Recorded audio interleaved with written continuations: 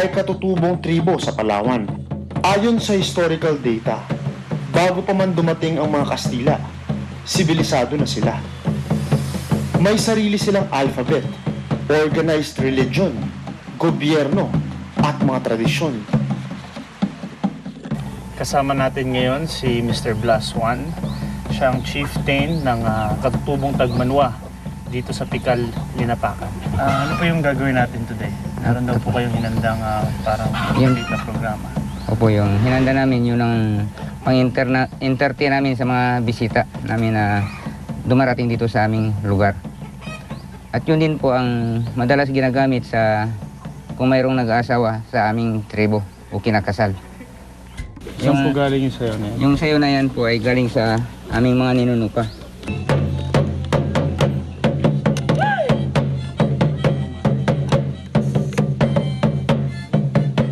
Nagsisimula ang sayaw sa labanan ng dalawang mandirigmang Tagmanwa.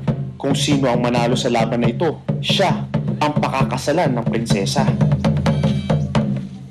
Tapos na yung battle between two warriors ng Tagmanwa. Ibig sabihin may nanalo ng isa at siya ang makakuha sa babaeng pinag-aagawa nila. Ang hirap pala manligaw noon. Yung ganong klaseng pamananikan, siguro pag ginawa natin ngayon sa Manila yun, baka breakdance battle yung mangyari sa loob ng bahay nun. Hindi cultural dance. Kakaiba kasi yun nga, syempre we live in a modern world now na parang halos hindi na nga uso yung pamamanikan. Pero sa kanila talagang na-preserve nila yung culture na ganun. Parang they have to battle each other just to get the girl. We still do that in the modern days, but hindi through dancing.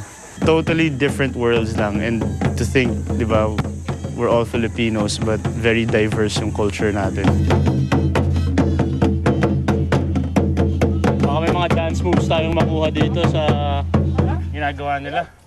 Napakahusay po ng performance niyo at maraming salamat. At congratulations din na kayo ang nanalo sa puso. Kinabukasan, pagsikat ng araw sa Barangay San Miguel, matatanaw sa pier ang batil. Ito ang tanging pinagkukuhan ng supplies ng mga taga-Linapakan. Isang beses kada linggo lang ito dumarating mula sa Maynila.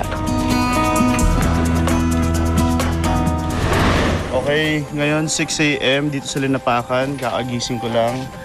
Isang tasa ng kape, tapos morning jog to start the day. And it's also a good way to explore the town, makita yung Linapakan town. At least nakapag-exercise ka na, nakita mo pa yung town. Tapos sarap umaga. So jog tayo, samahan niyo ako.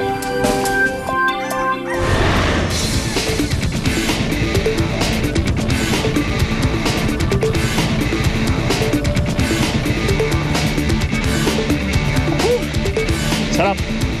Maganda dito kasi may road, may trail, may uphill, may downhill.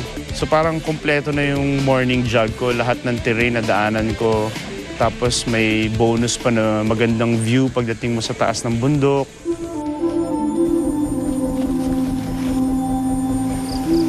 Ito yung cross sa Linipakan. Kita siya sa buong town ng Linipakan. Andun yung pier. Kung saan tayo dumaong kahapon. Kita na natin ang buong Linapakan dito.